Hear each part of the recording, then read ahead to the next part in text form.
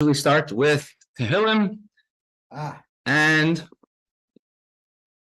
Tzedakah, chapters 120, 20 and 150. Lam not sayach, mizmer ladavi, yanchadin ibm Sarah, Isaac Hashem Yaakov, Yishlach Ezra Mikodesh, Mitzin Yisadeka, Yiskakam Chasacha, Bailas, Yatash, Nesela, Yiten Chachav, Vachalatzasa, Yimale, Nanana Bishua Sacha, Vashem Elhenu Nidgal, Yimali Adina, Kom Shalisacha, Atiyadati, Yeshiadane Meshicha, Yanei Meshmekacha, Bigoresa, Yamina, Eleva Rechav, Eleva Susan, Menachnu Beshem Adina, Elhenu Nasker. Hey, Makaro Vinafalo, Anachnu Kamna, Anisaida, Adina Yeshia, Malachianenu, Vayim Karenu. Now, chapter 150. Hallelujah, hallelujah, Bekacha, hallelujah, Bekiauza, hallelujah, Biguraisav, hallelujah, Kiraiv Gudlai, hallelujah, Beseka Shofar, hallelujah, Nevel Vechinar, hallelujah, Besoifu Machol, hallelujah, Beminim Vugav.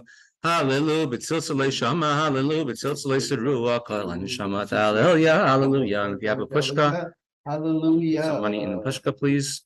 We have a special background that makes a pushka disappear. Okay, we will continue now with the Gemara. We finished the Mishnah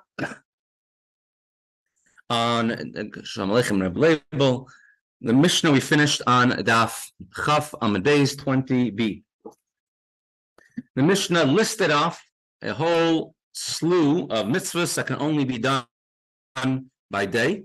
And of course, we concluded with mitzvahs that can be done either only by night or kosher the entire night.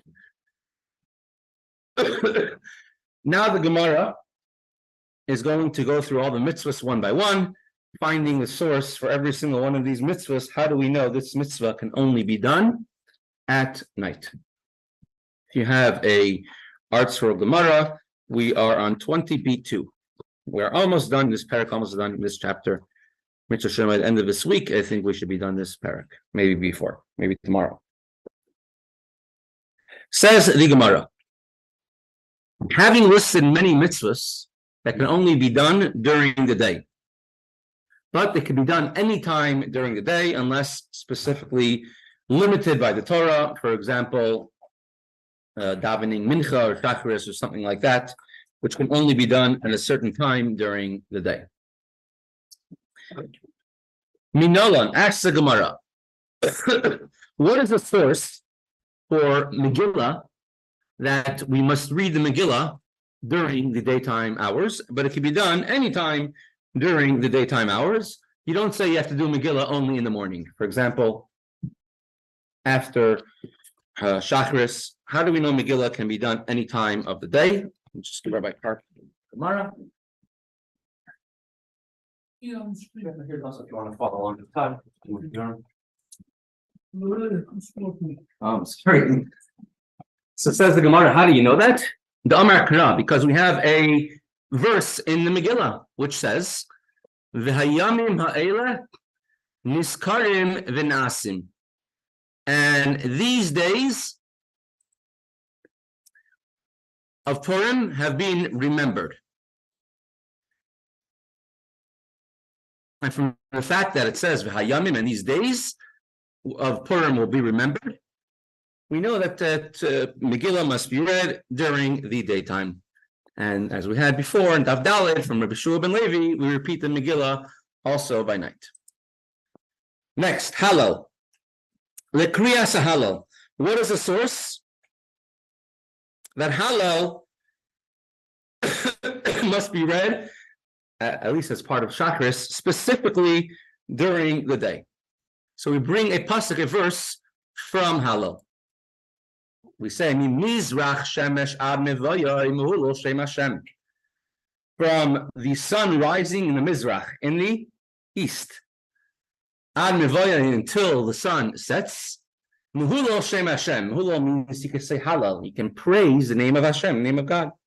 Meaning that Hallel can only be said from when the sun rises in the east until it sets in the west. So, as Rashba explains, that Hallel must be said only during the day. Rabbi Yossi says, I have a different source how Hallel should be read only specifically during the day, go to chapter 118, and we say the words, this is a day which Hashem has made. We will rejoice and be glad in it. So he says, this is the day. Megillah, we could praise, and Hallel must be said only when there's a time of simcha, a time of joy. And from here we see that that's his source why Hallel must be done specifically during the daytime. Next mitzvah, u'netilas lulav, and to shake the lulav and esrog, as on the screen. How do we know that we have to shake the lulav and esrog during the day, and you cannot do it at night? Till the extent there's even some people say you shouldn't move the lulav and esrog by night because it's not needed for the night. Although we could, halachically we could, because if we're moving it for the need of the lulav and esrog, and they per se are not muktzah during the day. So what is a source that you can read the Megillah? You could check lulav and esrog throughout the entire day. As it says, "Ulakachtem lachem b'yom harishon," and you shall take for yourself the Megillah. You should take for yourself the fruit by Yom Harishon on the first day. And there you see that you can only shake lulav and esrog during the day. During the Holocaust, there's a famous conundrum, a famous questions that will come up. And there's a book of Shiur Shuvas questions, actually very questions that came to Rabbanim during the Holocaust, called Shiur Shuvas Mima'amakim. Makim means from the depths, from the darkness. And there's certain questions and answers that came to certain Rabbanim, certain rabbis, and one Rav compiled it. He himself was killed in the Holocaust, but we have many of his writings. Could be. I'm not sure his name by heart. I could check it up. Yeah, the questions he receives are heartbreaking questions. Yeah. He has to halachically paskin. But one of the things that comes up is there was at one point, I think in the Levav ghetto, there was a set of $4 minim that somebody had from the year before. Someone they froze it, or they somehow, and they had a set of daled minim in the Levav ghetto. And there was another large ghetto who did not have a set of daled minim. And there was one day where they were sending a group of laborers from one ghetto to the other for one day, and they'll be sent back. So they'll be able to smuggle in with them the lulav and esrog. But they were being sent on Shabbos. That was the one day that they're going to be over there at the other in the other ghetto. So could they send the lulav and esrog to the other ghetto to be used on Shabbos? It means everyone there will shake lulav and esrog. The only day they would shake it would be on Shabbos. You're right. Ushri was the name. Rephaim Ushri. But actually, did he survive the war? He did survive the war. Oh, he did survive the war. Passed away in the year 2003. The age of 89.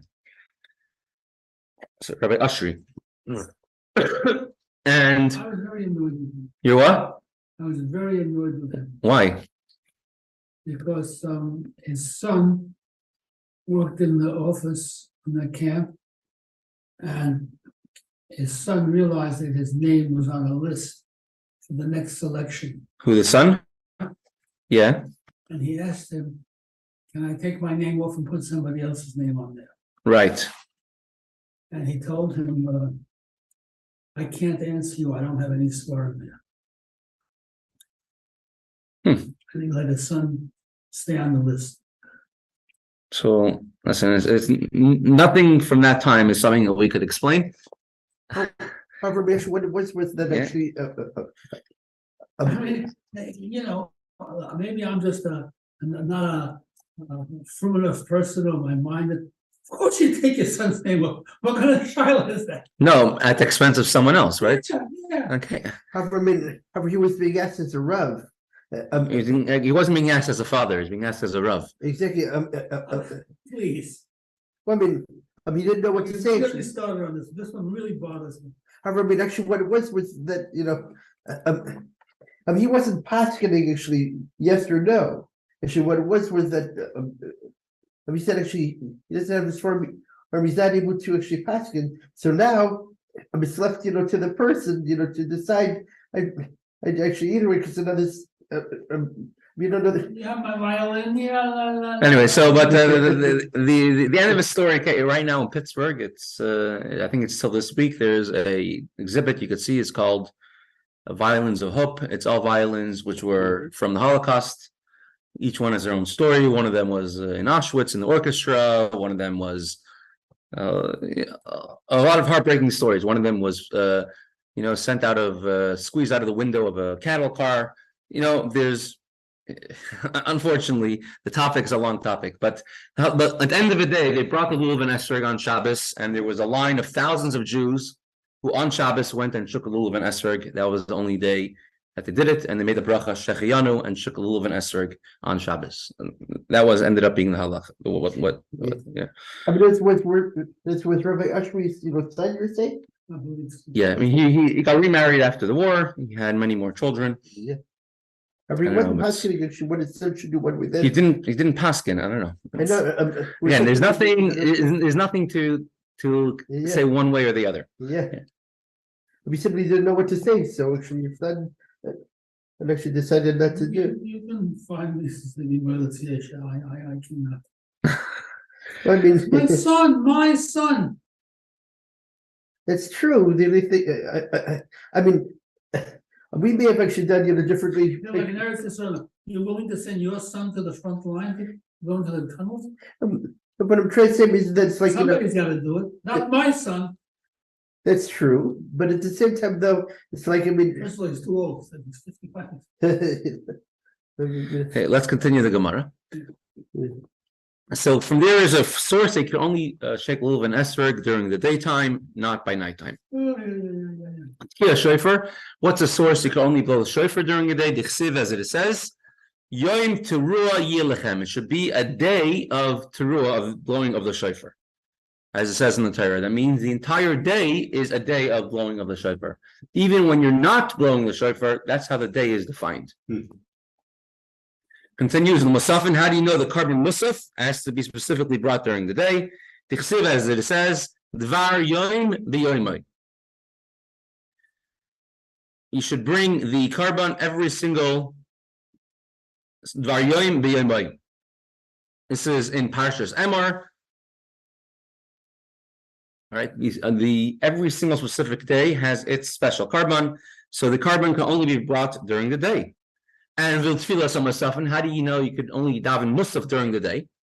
Tichsiv, as it is written, the Musafin Shav Yerabanan. The Chachamim, the sages, made the carbon Musaf and the prayer of Musaf, which is to make up for the carbon Musaf, they made them equal.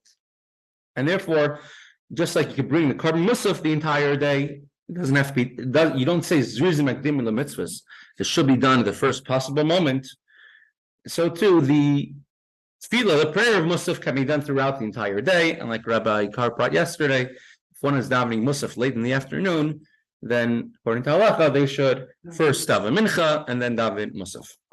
Which one you have? Which what? Line. The line starts Ulatfilas. Right, the last word in the line is Ulavidoi. Ulavidoi Parim.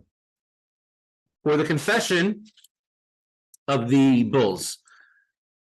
This is when a Kohen Gadol, a high priest, has to bring a certain carbon for a confession for a sin that he did, or the Sanhedrin, and I even brought a picture of them somewhere. Sanhedrin also brings a carbon for one of, if they made a wrong decision.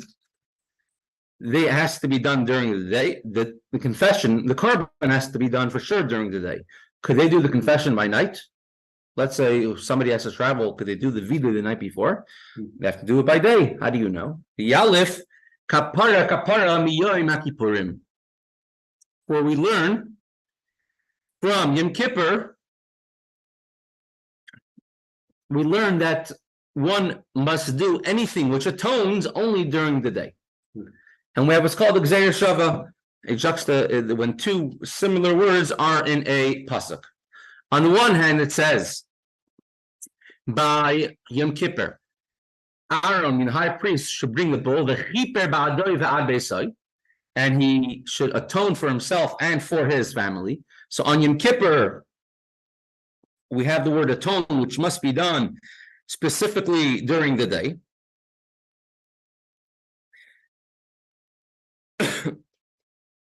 And over here, by a Parham Davar Shel Tzibur, when either Sanhedrin or the Kohen Gadol gave a wrong ruling, a wrong halachic ruling, and they have to bring a carbon to atone for it, it also says a word, v'chiper. B'kaparas dvarim hakasav medaber. The Torah says that when you atone, it has to be with words, meaning vidoy, confession. You're atoning. We say al-chet, and they would say their own al-chet over the carbon. There's different types of kippur. Besides for kippur herring, right? There's the word kippur sometimes means when you sprinkle the blood. The word kippur can mean clean. It says kippra sfeika v'hochala. If you no longer have a doubt, it's called kippra. Now I'm free from doubt. The word keeper over here, we have to bring to mean verbal. Kapara, saying vidoy. That's what the word atoning over here has to mean. It can't mean sprinkling blood, because it says v'shachat. He has to slaughter right after v'chiper, and he atones. It says v'shachat, and he should shecht it. Usually say bailim iskaprim, when the blood is sprinkled, the owners, the ones who brought the carbon, then they're atoned. That happens later on after the animal is shechted. After the animal is slaughtered, you accept the blood, and then the blood is sprinkled, and then we say kipra bailim, iskapru bailim. The owners were atoned. Here, the word in the pasuk is the chiper ba'adoi v'adbei. So he should atone for himself and for his house. The shachat, and then he should shecht, then he should slaughter. So it can't be talking about sprinkling the blood because there's no blood. The animal's not shechted yet. So atoning over here must mean verbal, confession, saying the words. And if saying the words, that means vidoy, kapara. And the kapara biyamamahu. And any type of atonement of vidoy has to be done during the day. As it says, on this day, I will atone for you. So a vidoy and a carbon has to be done all specifically during the day, because by Yom Hazeh, on this day, you shall be atoned.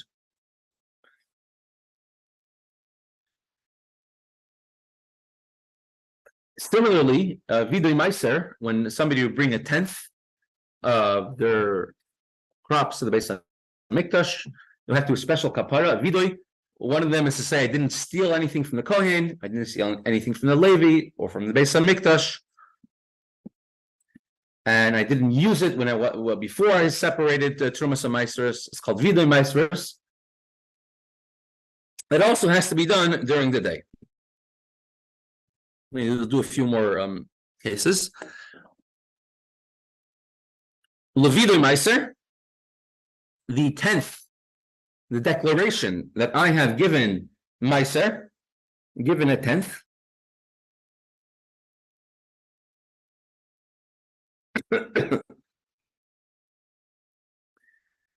This says, as it is written, this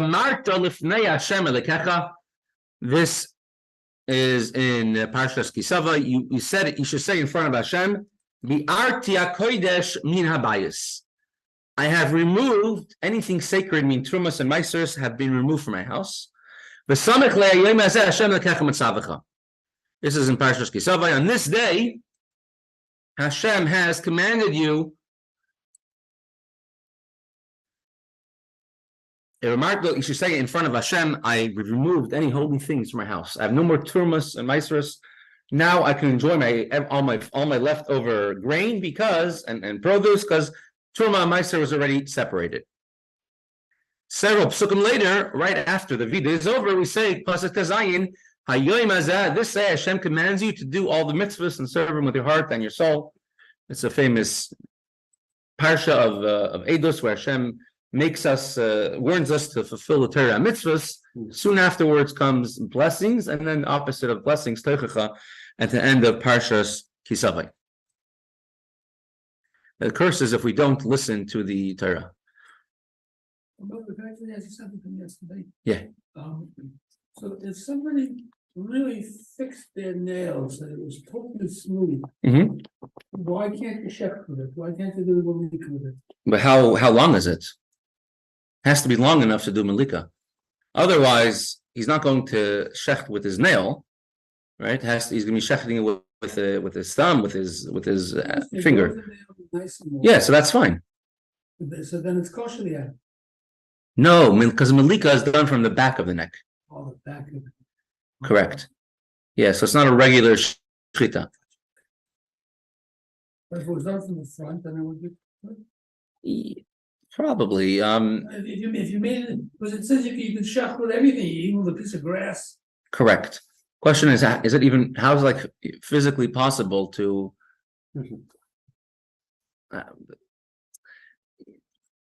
Make a pet nail. make a nail? How do you know it's not drasa? You know what drasa is. Drasa is pushing with your hand. Years ago when I learned shechita, and there was somebody else who was learning, and when they're doing a shechita, they had their finger on top of the blade of the knife, and the one who was teaching us, he goes, stop, totally not kosher. Two reasons. One is called chalada, the blade is hidden, it's hidden by the finger. One is called drasa, you're using power. Instead of using the power of the knife, using the power of your hand now to push it down. It's called drasa, and it's not v'shachak, you're not shechting it, your hand is part of the shechita. And he made It's one of the 5 hilchos shechita. And he managed actually to prevent him actually from doing it part of the shechita until he removed his finger, right? No, meaning everything then was for not kosher at any rate. Oh, It's practicing. People which are, yeah. Are you practicing a live animal or you're not practicing? Well, You're practicing at the live animal, and hopefully it'll be actually good enough. Otherwise, the meat goes to the goy, right? no, yeah. When you're learning, all the meat goes to the guy. See, the only religion which hopes that not everybody converts to Judaism is we need goyim. Correct. Right. So I've never seen anybody actually shecht a fingernail, possibly kosher. I don't know.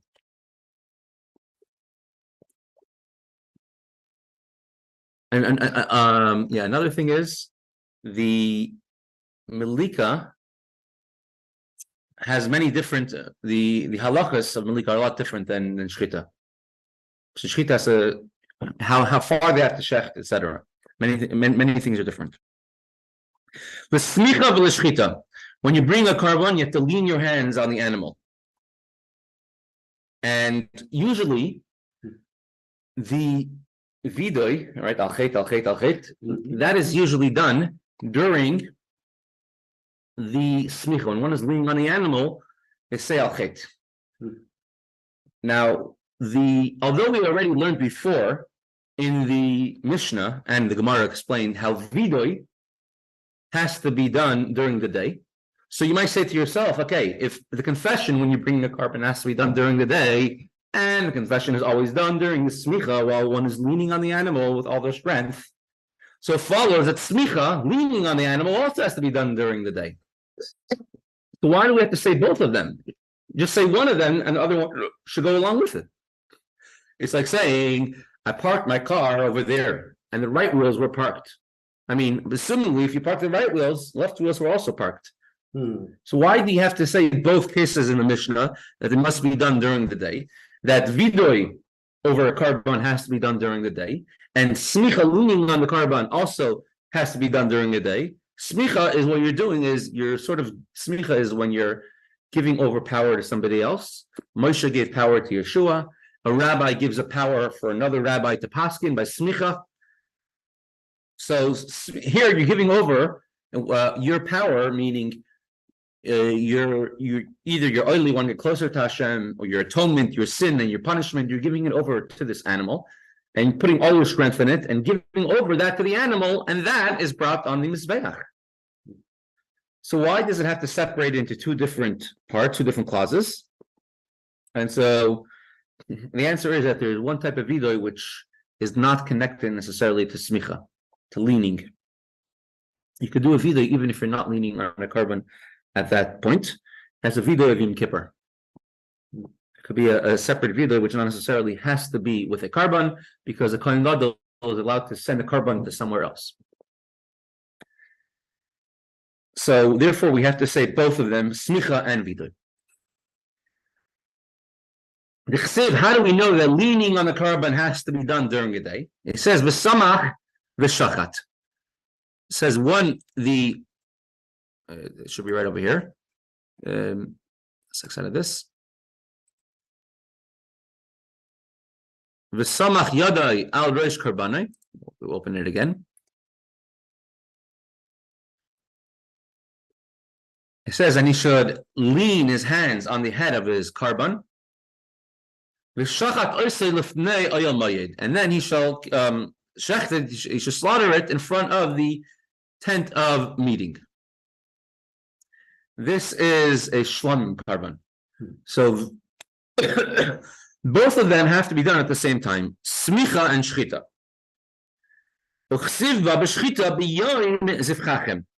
And it says, regarding to shchita, in Parshas Zechariah, you have to eat the carbon on that day that you shechted it, and the day after, meaning a carbon shlamim. The day that you shechted it. Everything in the Torah is exact. If it says you have to eat it the day that you shechted it, it means that you can only eat the carbon shlamim by day. And since takeif was smicha shchita, right away next to smicha, leaning on the carbon, you have to shecht it right away. So next to leaning on the carbon and the vida right afterwards, you don't push off shechting it, slaughtering it, and bring it on the mizbeach.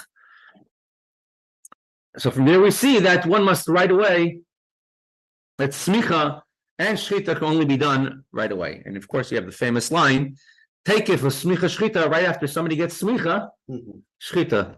It's time to shecht them. That's when they get married. Usually gets the minhag in Chabad, custom Chabad at least, is we get smicha before we're married.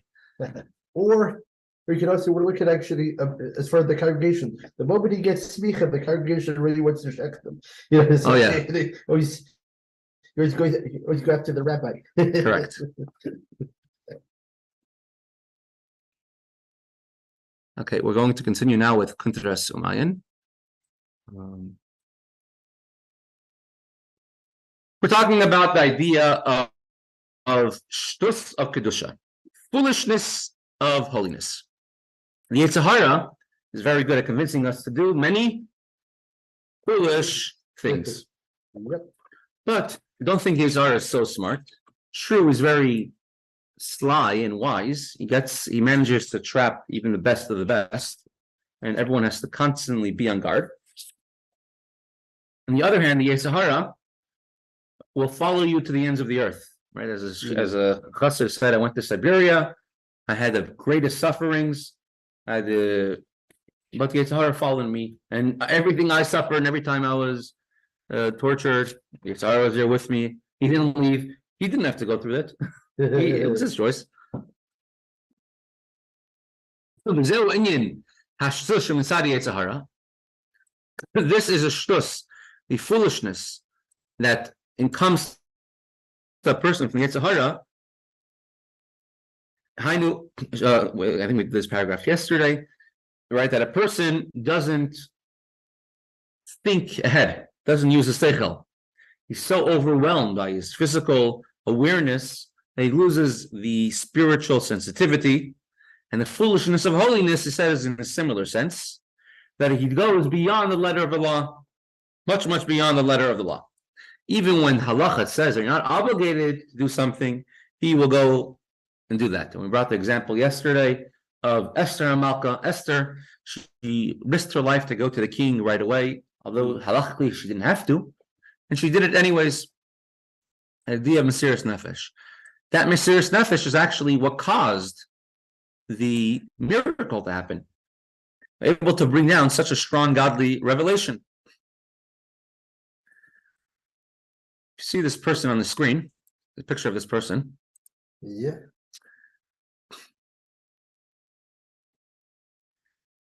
His name is Simon Yakovshvili. Simon Yakovshvili, or as he changed his name afterwards to Jacobson. His name is Simon Jacobson. And if you know today, there's a Simon Jacobson who came to author of Towards a Meaningful Life is his grandson. Rabbi Yossi Jacobson is his grandson. Got to know several of his sons. He looks like a Jacobson. He's a Jacobson. And here is actually another picture of him. This is from when he left, when he managed to escape Russia on the false passports. Wow. He passed away in 1952. He was born in 1902. Lived only 50 years. He came here, United States on a false passport. Right? He left Russia on a false passport. He escaped Russia on a false passport. I remember he was accepted in the United States as a citizen, though, right? No, he lived in Canada, in Toronto. Oh. And he was a Rav of a shul in Toronto, and he passed away very shortly afterwards. He managed to get Canadian citizenship, huh? Don't know. I'm not sure. All three of his children were all born in Russia, as far as I understand. So this, in the summer of the year 1924, the Frierdiker Rebbe called in 9 Hasidim, all graduates, you could say, of Tomchei Trim, the Yeshiva in Lubavitch, started by the Rebbe Rashab, and being run by the Frierdiker Rebbe, which was a very unique yeshiva, and he made what's called a pact of Mesiras Nefesh. A bris, we made a covenant, we're going to strengthen Yiddishkeit in Russia till the last tipas dam acharin. It's called the last drop of blood. Out of this entire group, most of them ended up either being killed or dying in the concentration camp, in the gulags. Some of them killed by the Nazis. Most of them did not make it out alive. Rabbi Simon Jacobson, he was Simon Yakovshvili, he was actually one of them. He was one of the 9 people who the Frierdiker Rebbe made this bris, this covenant with, to strengthen Judaism, strengthen Yiddishkeit. He was born in a country called Georgia, which is part of the Soviet Union. His ancestry was all the way back in Georgia, or was it actually that they migrated actually down there? He was born in Georgia. But what about his parents and stuff? Not sure. Probably for several generations. There was a great chassid named Shmuel Levitin, who was sent by the Frierdiker Rebbe to go to Georgia, Kutaisi, Tbilisi, and to open yeshivas and chadarim there. And many Chabad, great Chabad Chassidim came out of Georgia. They sent many Bachrim to Yeshiva, Tomchei Tmim in Lubavitch. Many times the branches of the underground yeshivas, Tomchei Tmim, were in the country or in the cities of Georgia and Tbilisi. And so he was sent to the city of Lubavitch by Shmuel Levitin. Many great Chassidim who were all shluchim at one point or another in Georgia. Stalin himself came from Georgia, so perhaps maybe he was a little more lenient with Georgia. There was much less persecution. Well, I mean, it also may have been actually hard because remember, places that were more Asiatic in culture. Correct. It's like you're going to be trying to impose actually atheism. Just like in China, like it's harder for China, to impose. It's in the outer layers. It's easier, more city people. No religion for you guys. Right. So Simon Yakovshvili, he was tasked by the Frierdiker Rebbe to go to shuls every single Shabbos, go from shul to shul, speak words of chassidus, encourage the people, make them to make shiur in every place. They should set times to learn, send the children to chadarim, strengthen Mitzvos. And he did a very daring move. So the Georgia was pretty far off as a province, right, of the Soviet Union. And that summer, 1924, he forged some papers saying how he is a representative of the KGB, central NKVD offices in Moscow. Mhm. And he traveled to Georgia, and he went from city to city, meeting with the government officials of the city and the heads of the Jewish community, who called them in together. And he says, as a sign of goodwill, I'm being sent by the central government in Moscow Mhm. to tell you that although your mikveh was closed recently, now you have to reopen your mikveh, and the local government should contribute towards the expenses of rebuilding the mikveh for the city. And the Jewish, and in many places, the entire Jewish community made a large reception for him, welcoming him, thanking him, and he spoke perfect Russian, and he spoke Georgian very well as well. He grew up there, and he went from city to city. And in many cities, the people of the city, the Jews of the city, who had the shuls and the mikvahs recently closed down, they reopened it, and the government paid for it to the extent there was a organization called the Yitzchok, which means a Jewish section of the Communist Party, and when they sent messengers to they sent one or two representatives to see how progress is going in Georgia, and the Jewish community welcomed them. We're so happy they came. Please send a big thanks to your supervisors back in Moscow for letting us reopen the mikvahs. And they took the Jewish section head, the Yitzchok head, and they gave him a tour of the new renovated mikvah. Mhm. And this is what he did from city to city. And of course, after he went to the city, he made sure to leave as quickly as possible. Without any fear, he went from place to place. And it took several months for for them to catch wind of what happened. And of course, they were very, very angry from Moscow, and they put out a big search for him. And the mikvahs were open for several months. Mm. So this is what's called shtus of kedusha, doing something extreme, radical in a way of kedusha, in a way of holiness. Mhm. Reb Zusha Partizan, I don't know if you're familiar with him. Reb Zusha Partizan, his last name was Wilimowski. He was during World War II. He was just pull up a picture of him. He was a partisan, part of the Belsky partisans during World War II. That's just a picture of him. And after the war, in DP camps, he ended up finding Lubavitch Chassidim, and he went to Lubavitch Yeshiva, and he became very, very connected to the Rebbe to an extreme way. He was an extremely talented individual. He said he became a Lubavitch afterwards. Correct. Yes. When he came to New York, he had a brother who survived the war as well, and this brother lived in Long Island. I forgot the name of the city. One of the cities in Long Island begins with the O.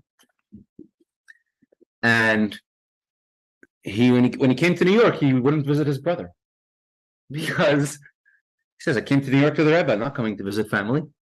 So his brother wrote to the Rebbe, and my brother's, how many, one of my only siblings, or maybe the only sibling, survived the war, and he's in America, he doesn't even come to visit me.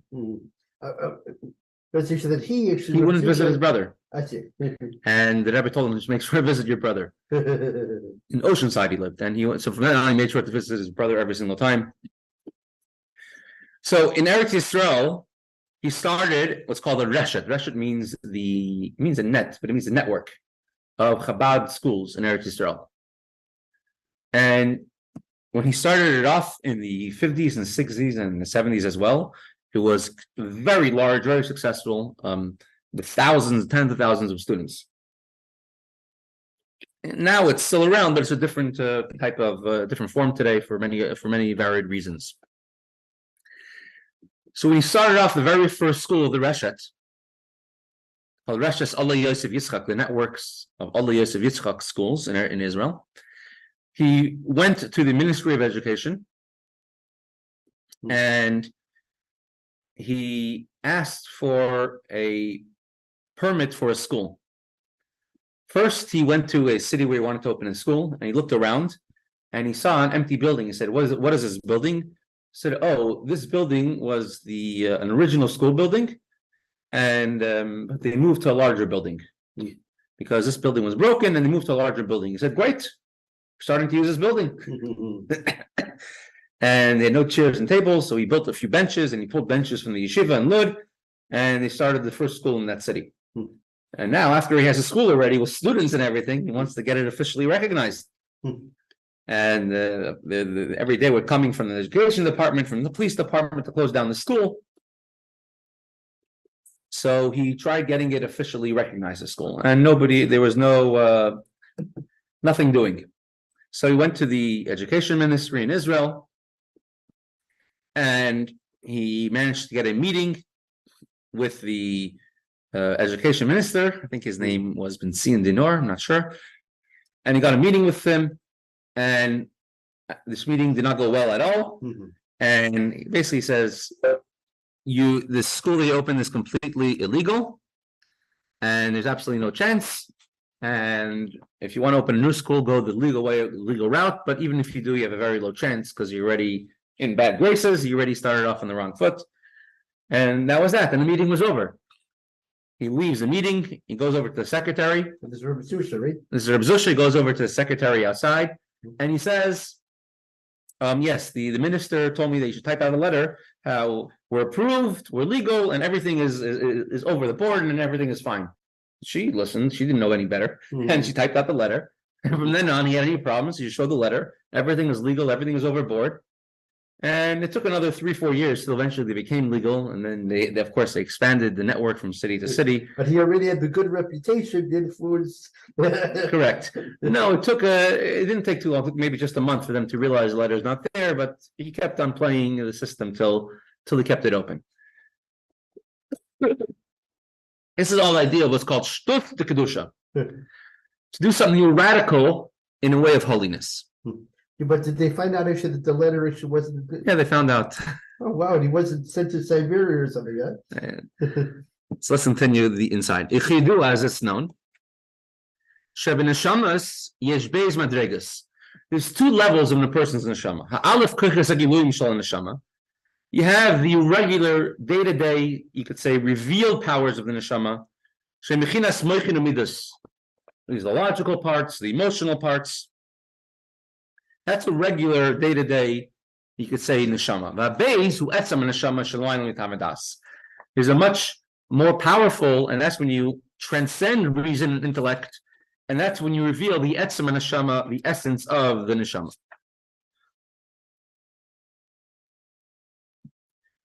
In every single neshama you have, as it says in chapter 1 of Tanya, 2 levels, 2 souls. In the soul itself, you have what the Friedrich Rebbe called is a neshama inside of a neshama, soul inside of a soul. Adam Rishon, other than the first person, he was a neshama klali, it's the general soul. Every single person who's born in history afterwards comes from Adam Rishon, comes from Adam. Yaakov Avinu is called the father of the Jewish people, and every Jew has a part of Yaakov Avinu. The etzem neshama, the essence of the soul, every single Jew receives from Yaakov Avinu, and they receive inheritance.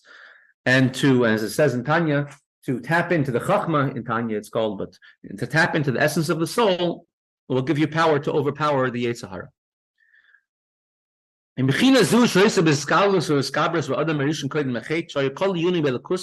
Before Adam sinned, the essence of his soul was revealed.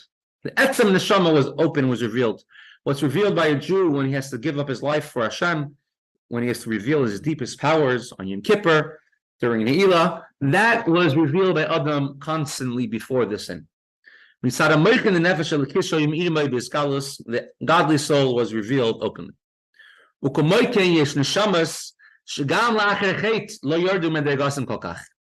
And there are certain souls that were not so affected by Adam HaRishon, by the sin.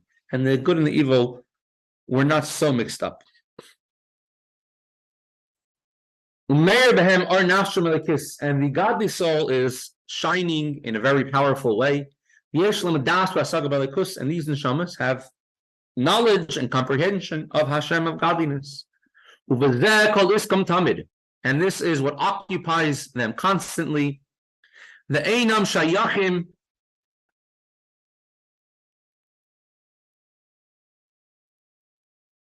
the einam shayachim linyanim acherim l'hargish kokakas atoya tivya behami minyana elamazeh, and they're pretty unsensitive when it comes to worldly concerns, physical concerns, animalistic concerns. They're not too sensitive to that. True, they're not holding quite the level of Adam before the sin, before the good and evil got mixed up, which he had no connection at all to any type of physical sensitivities. But they don't have a strong sensitivity for the natural. They're not so convinced by the Yetzer Hara. And they understand this truth and they know the truth, as aforementioned, all the previously mentioned calculations. Kitzer, bullet point summary. Hashem gave person naturally divine sensitivity. As it says in Chassidus, that when a person is born, if they don't mess up their machshava, dibur, maisa, thought, speech, or action, every single Jew is worthy of Ruach HaKodesh, of prophecy.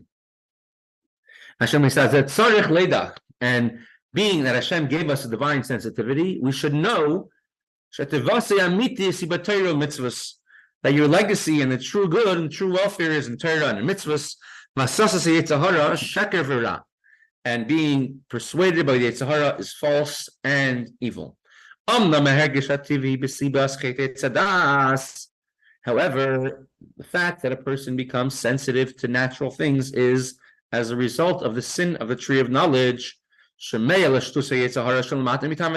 listening to the nonsense of the Yetzer Hara, which comes and is inferior to reason, goes against your reason in an inferior manner.